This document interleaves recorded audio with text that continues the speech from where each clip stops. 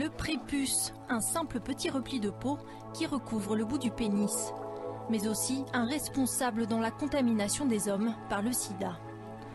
Dans cette muqueuse très fine, il y a quantité de cellules, appelées cellules de Langerhans, ici en vert. Ce sont elles qui transportent le virus du VIH et le transmettent aux lymphocytes. Le virus s'introduit alors dans ces cellules immunitaires et infecte l'organisme.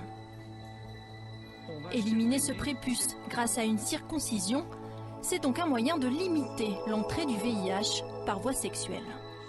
Quand on supprime le prépuce, il y a une modification de la muqueuse du gland qui devient plus épaisse. Donc cette zone elle est plus épaisse et elle est modifiée.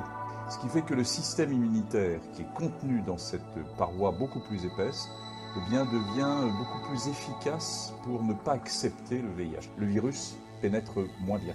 Des chercheurs français ont mené une grande campagne de circoncision gratuite dans un bidonville d'Afrique du Sud. Le bénéfice s'avère flagrant. Le risque d'infection par le VIH a été réduit de 60% sur les jeunes hommes.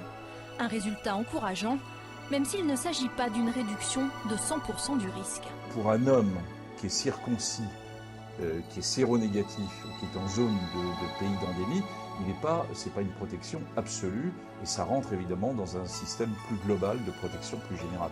Donc l'utilisation du préservatif n'est pas du tout remise en cause, au contraire, on est dans la construction d'additions successives de barrières de prévention.